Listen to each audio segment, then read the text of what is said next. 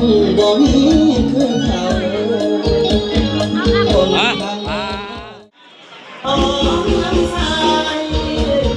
พันโลสิโซตายไปน้ำพายทุกแห่งทุกเขาสิบ่ให้เสียใจอยู่ด้วยเหตุผลเหตุผลเพื่อส่วนของเขาสิว่าทางน้องสิยอมอายเพียงพร้อมทุกทางน้องสิว่าจังไดสนใจตูนแอะเพื่อนเนี่ยเพื่อนเนี่ยจะแปดเล่บอลกูบอกว่าโอ้ยไม่จะไปเซิร์ชมางานเลยหัวจะแปดเพื่อนนะมันจะเรียกพี่น้องซื่อๆอยู่บ้านนะว่ามาบอกเลย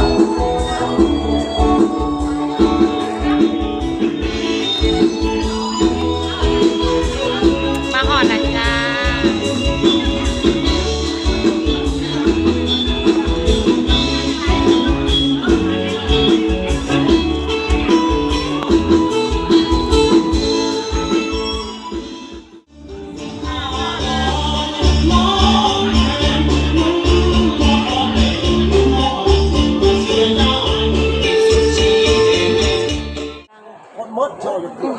หนังขาก่อนน้องร้านก็ไม่ได้ใหญ่เลยวันนักกูโอ้แรงดีกูสุขวัญเจ้าบ่าวฮะกมาตอนนี้กำลังสูบของอยู่กินเบียร์ทาสีผมกระซองสี3 สีเลยจนหมื่นแม่เราเหมือนต่อไปได้อีกแล้วสีดำออกมาไปได้ไม่ไปเอาต้มมากินมาได้นานเดือดซึ้งที่นี่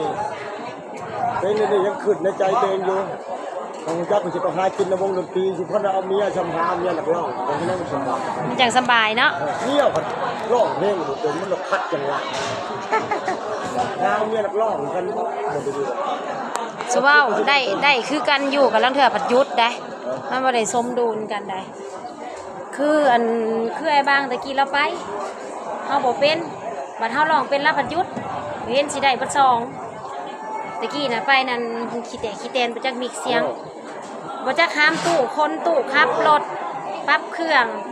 เราขึ้นทั้งร้องทั้งลำแล้วเมื่อยเราขึ้นแต่เมียผู้เดียวก็เลือกกินได้แล้วบ่ยุทธ์บัดนี้พระผัดบ่ไปบัดมีแต่เฮาตะกี้กับอาจารย์สุบันก็ร้องสอนกันนั่นพวกเด็กขี้บอสลิ้นไปลิ้นมากกระจ้าลิ้นหมดเลยพวกนี้ก็ดีเด็กพวกลิ้นก็เป็นได้จังวะลิ้นจะว่ามันก็ยังว่ามันบ่ได้มันเถื่อกับเจ้าบ่ได้จ้างเขาจะเอาคนอื่นมันก็สลับกันน่ะดิแต่ว่าอยู่คนนี้พวกบ่ลิ้นก็บ่แม่นธรรมดาก็ลิ้นเก่งคือกันก็พอได้ตะกี้ก็ไอ้บันแล้วก็เมียเราเล่นคีย์บอร์ดเมียเราก็ร้องเพลง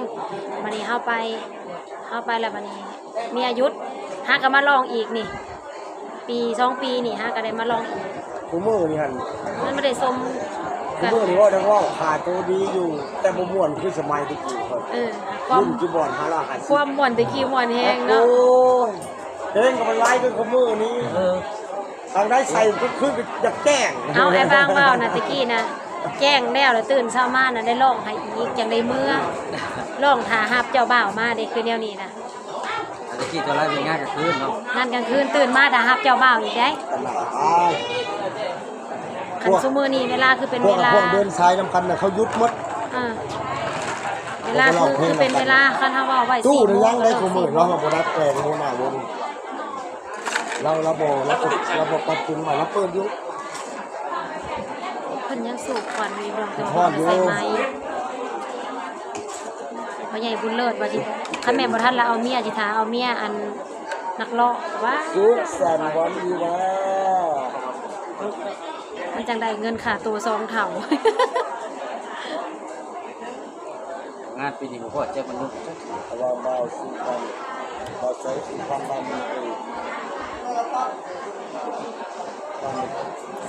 ลองเป็นอยู่สามีจ้ะน่ะบ่เป็นจังดีเป็นตาให้ผัวเป็นตาให้ผัวใน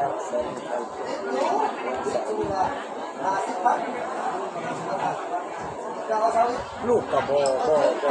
ลูกกับตะกี้มันเฮียนอยู่บ่ ลูกก็บ่ได้เขาลูกวะ เสียงได้ ได้ เพิ่มลูก จะคือบ่คุม มันนุ่งปอกมันเบิ่งคักเลยพ่อว่า ลูกสาวเฮาเสียงบ่ได้ บ่ให้มึงแง้นมึงปากเขาแน่มึงน่ะว่าร้องเพลงได้ก็อย่าเฮาบ่เอา เอา เขาบอกมากเขาบอกมากมันบ่เลือก มันในประมาณมึง8-9 ปี10 ปีด้วยเนาะเนาะ โอ้ยบ่ได้เปิดงานเลยเนาะ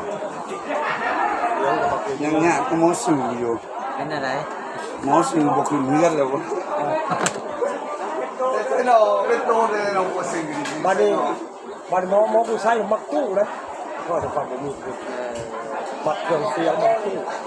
แต่บ่น้อยบ่ใหญ่ภายในน้อยเฮ็ดเวียกเดี๋ยวบ่มีตู้บ่ได้ตู้ตายแล้วรุ่นใหญ่เลยนะเฮ็ดเวียกบ่เฮ็ดแล้วคัดได้เมียอะไรให้คัดไปได้น้อยนะตู้นี่สักราคาถึงจำนวนหน่วยน้อยๆนะเฮาซื้อหน่วยละ 1,000-2,000 บาทเนี่ยมันใช้บ่พอเดือนตายโคโลเลยซื้อใหม่เลย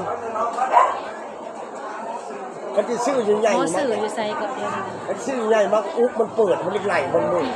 ยังมาเช้ามันเข้างานเดี๋ยวเข้าไปเช้าหนึ่ง12 โมงเลยปิดเครื่องเลยมึนคนเดียวมาเลย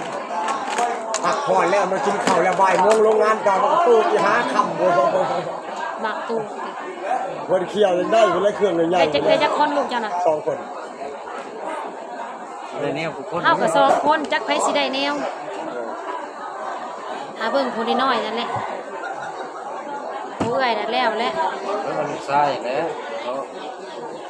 หมอนักร้องชายยังว่าเฮาพาร้องอะไรมันก็ร้องนำ เฉ ได้ พาะบ้านขอดกระโดดอยู่ทางเฉพาะโดนครูบ้านขอดที่ว่าเป็นนักร้องเป็นนักศิลปินที่ได้ตระกูลที่สายเลือดของมันน้องคันบ่มีคือจำตุ้ยเลยค่ะสายเลือดเดียว อืม ก็กันมูลหรือกัน เออ มันเลยจุ่มมันเลยคือมอง มันเป็นแบบว่ามันเป็นลูกเป็นหล้านเป็นเลนไปจังซี่เนาะมันเลยมันอยู่ในสายเลือดเดียวกัน หมอตันกรุงเทพ โอเคคือมองกันตันแบบอายุเดียวลานข่อย เห็นหมอ ก็เลยลองเป็น 2 ปี เนาะ แล้วว่า คือมองบิลลี่นี่ค่ะลานข่อยก็อยู่ในวงเวียน จุ่ม ลูก จุ่ม อ้าย เดียวเนาะ อ้ายคน ลังเถื่อกับลูกลังเถื่อลูกก็บ่ได้ได้มันสิสอนเป็นหล้าน แม่ เป็นเล แล้ น ว เป็น คือกันใด เถื่อก็บ่ได้ได้ ท่านน่ะก็ลานข่อย เรียนคนเล่าเศร้าร้องบ่เรียนคนนึงก็เสียงดีได้เนาะบ่ทันน่ะ ยกตัวอย่างคือโมลี่กับบ่มักแต่ทายบังคับขอมึงยอมมึงตายเลยคือโมโหคือโมโห นานแค่เนาะวันนี้นั่ง พู ร ด อ เป็นนักเรียนพอ มาแล้วก็ ยิงกระจาย นี่ก็ว่าบ่ขับเนาะเพราะซุมเมอร์นี่นะ เ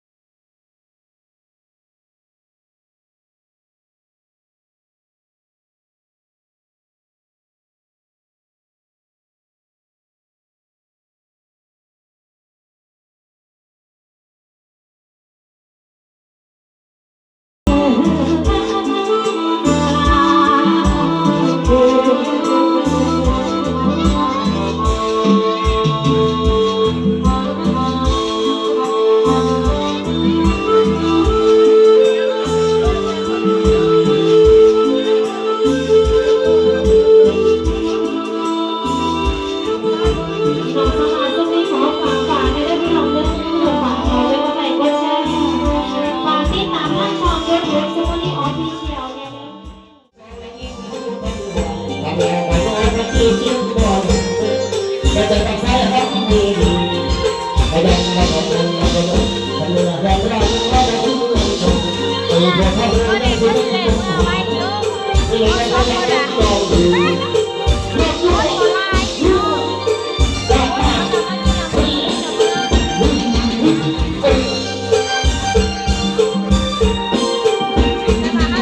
สลายให้กับเพื่อนเป็นแฟนกันได้ทั้งตัวแทนทั้งองค์กรได้ขบวนหัวใจเจ้าไม่ต้องมาใครและการช่วยตัวไปดูตั้งไว้ครับคือไม่สั่งหลานจะเป็นราคาคนยอมเจอก็รักกันเลย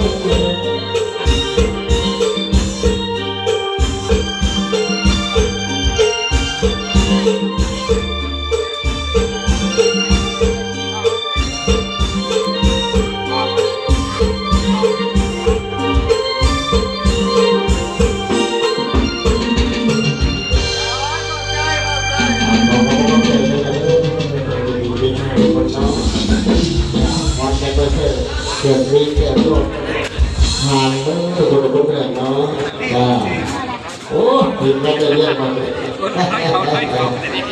เพื่อเอามอบให้เนาะเป็นพิเศษก็แล้วกันน้อยชาวโซนีเราก็ต้องขอขอบคุณใจทั้งเจ้าของห้องคนนี้ที่ได้สาระวันนี้ข่าวมองทางสันมาได้จากกับทุกงานในวันนี้ขอบคุณห้องทุกท่านทุกเจ้าเลยเนาะทั้งใจทั้งไอ้ทั้งป้าทั้งลูกมาเช็คครับในวันนี้เยี่ยมเนาะได้กล่าวสิ่งใดที่มีความสุขน้องสิ่งใดสิ่งวันกล่าวคงขาดยอมมือมองเห็นเดียทั้งปีจะลงเขาก็จะเป็นคนเดินรับน้องสามัคคีวันนี้ขออนุญาตจัดเป็นแก่ทิ้งงานให้เลี้ยง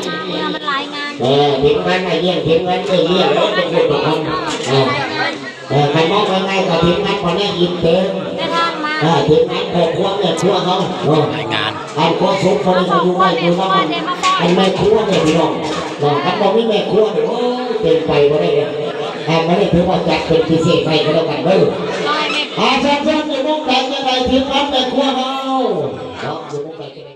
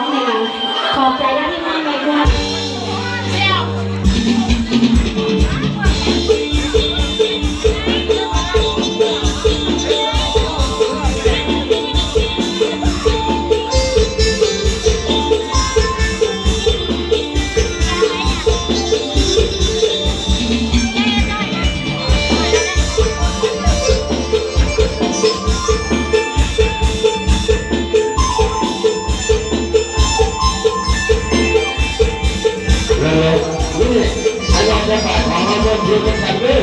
ยินดีด้วยกันเชื่อว่ากันนี่น้องไม่ได้เล่นที่เราจะไปของน้องเห็นได้ชุมชนเชิญอันนี้งั้นมองงั้นเชิญพี่น้องเดินแม่บ้าน